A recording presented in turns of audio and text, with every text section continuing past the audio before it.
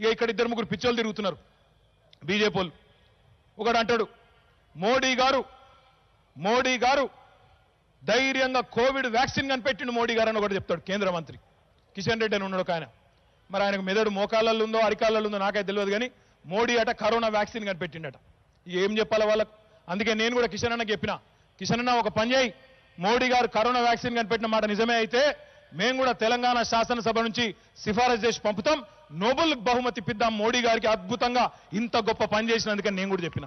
ఇక ఇంకొక ఆయన ఉన్నాడు బండి సంజయ్ అని, ఆయన అంటాడు, ఆయనకు తెలిసినవి రెండు పాపం.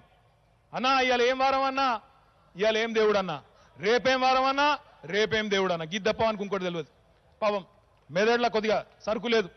ఒక్కటి మాత్రం పక్కా తెలుసు, ఏమంటాడు ఆయన, దేవుడన్నా నరేంద్ర మోడీ దేవుడట, దేవుడు నరేంద్ర మోడీ అంటాడు. ఎవనికి దేవుడు?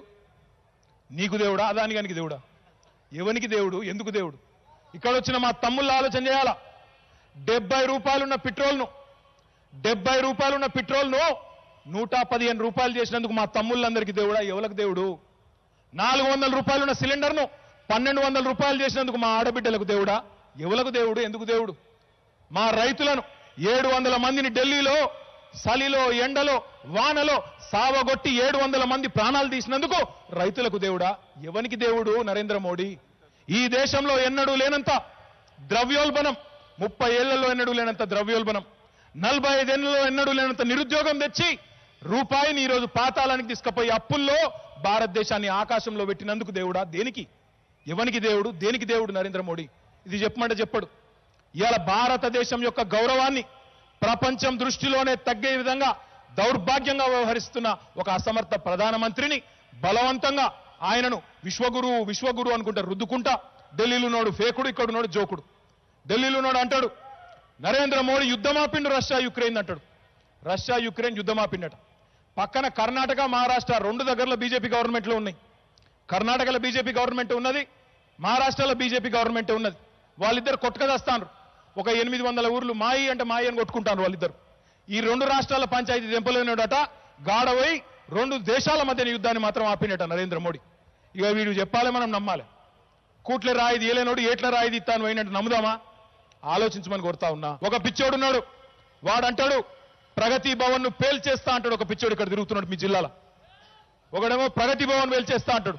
ఇక ఇంకో పిచ్చోడున్నాడు, వాడేమో సెక్రటేరియట్ ను పేల్చేస్తా అంటాడు. ఒకరితోనో ఒకటి పోటీ పడతా ఉన్నారు. దయచేసి నేను మిమ్మల్ని ఒకటే కోరుతా ఉన్నా, ఇప్పుడు భూపాలపల్లిలో ఎవడన్నా రోడ్డు మీద పిచ్చోడు తిరుగుతున్నాడు అనుకో, వాని చేయిలో రాయి ఉందనుకో, ఆ పిచ్చోని చేతులు రాయి ఉంటే అటు ఇటు పోయడానికి ఇబ్బంది అవుతుంది. ఆ పిచ్చోని చేతులు రాయి ఉంటే అటు ఇటు పోయడానికి ఇబ్బంది అవుతుంది. కానీ ఇసొంటి పిచ్చోళ్ళ చేతుల పార్టీలుంటే ప్రజాస్వామ్యంలో రాష్ట్రం మొత్తానికి నష్టమవుతుంది. పచ్చగా ఉన్న తెలంగాణను ఈ పిచ్చోళ్ళ చేతులు పెట్టద్దు. ఎట్టి పరిస్థితుల వల్ల పిచ్చి మాటలు నమ్మద్దు. ఇష్టం వచ్చినట్టు మాట్లాడతారు, నోటికి ఎంత వస్తంట మాట్లాడతారు.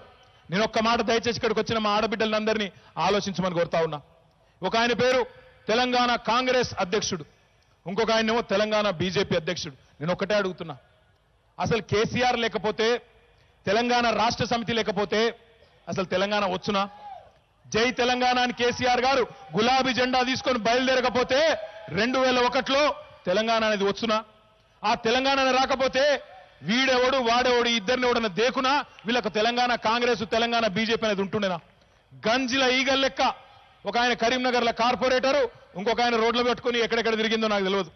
అక్కడెక్కడో తిరిగేటోళ్ళు ఇవాళ కేసీఆర్ గారి పుణ్యమా, మీ అందరి తెలంగాణ ప్రజల పోరాట ఫలితమా అని చెప్పి రాష్ట్రం వస్తే ఆ రాష్ట్రంలో ఒక దుకాణం పెట్టుకొని దానికి ఆయనో అధ్యక్షుడు ఈయనో అధ్యక్షుడు. భారతీయ జనతా పార్టీలో ఒక కార్యకర్త కూడా దేశాధ్యక్షుడు కాగలుగుతాడు, ఒక కార్యకర్త కూడా రాష్ట్ర అధ్యక్షుడు కాగలుగుతాడు, ఒక కార్యకర్త కూడా ముఖ్యమంత్రి కాగలుగుతాడు, ప్రధానమంత్రి కాగలుగుతాడు.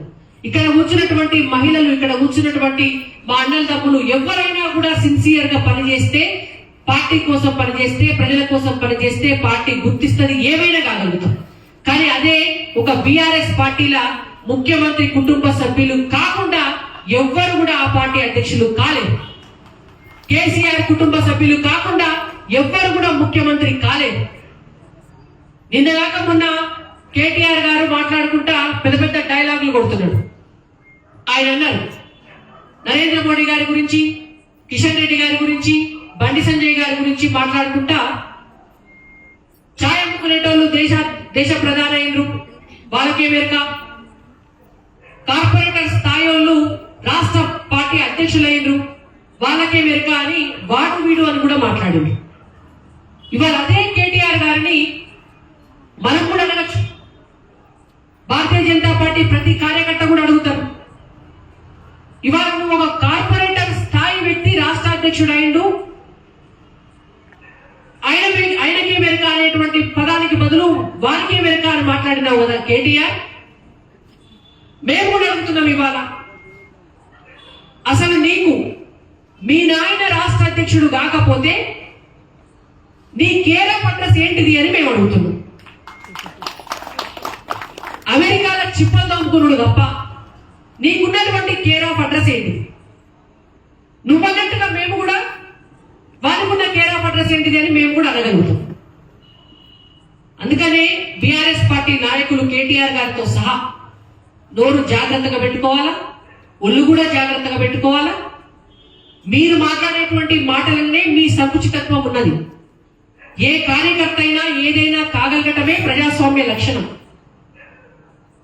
దాన్నే జవాబుదారీ పాలిటిక్స్ అంటారు.